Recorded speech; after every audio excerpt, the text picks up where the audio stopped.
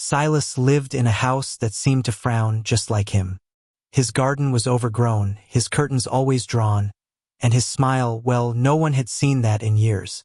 He liked his quiet, his solitude, and the predictable rhythm of his days. One sunny morning, a moving truck rumbled down the street. New neighbors, Silas grumbled, pulling his curtains even tighter. He preferred the rustle of leaves to the sound of new beginnings. Liana, with her bright, hopeful eyes, and her energetic son, Leo, were the new arrivals.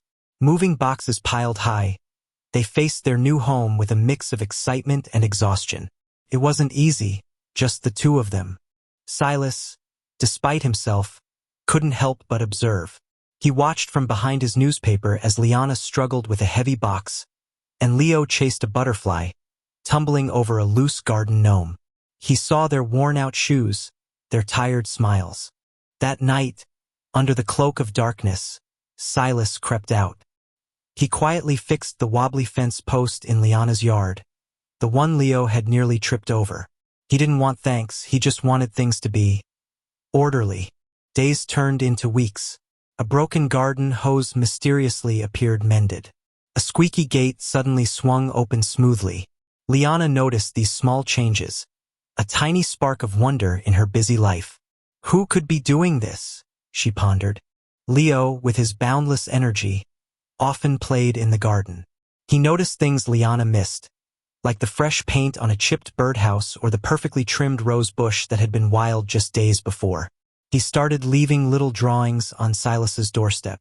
Silas would find the drawings each morning: a wobbly sun, a stick figure family, a bright red flower. He would grumble, pick them up, and then, secretly, tuck them into a drawer. A small, almost imperceptible warmth began to bloom in his chest. One blustery afternoon, a fierce storm swept through. A large branch crashed down, blocking Liana's driveway, trapping her and Leo inside. Liana looked out, worried, knowing she couldn't move it alone. Silas saw it all. His heart, usually so guarded, felt a pang. He hesitated for a moment, then grabbed his old saw and marched out into the rain. This was different. This wasn't just about order. It was about need. Liana watched, astonished, as her grumpy neighbor, Silas, began to saw through the thick branch. He worked slowly, steadily, his usual scowl softened by concentration. Leo, eyes wide, waved from the window. When the last piece was cleared, Silas, soaking wet, simply nodded and started to turn away. But Liana rushed out, a warm blanket in her hands. "Thank you, Silas," she said, her voice filled with genuine gratitude. "Thank you for everything." Silas, for the first time in years, truly smiled. It was a little rusty, a bit crooked, but it was real. Leo ran out and hugged Silas's leg, a small drawing of a heart clutched in his hand. From that day on, Silas's curtains stayed open.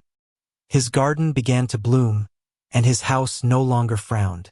He still enjoyed his quiet, but now it was a quiet filled with the warmth of an unseen, yet deeply felt, connection.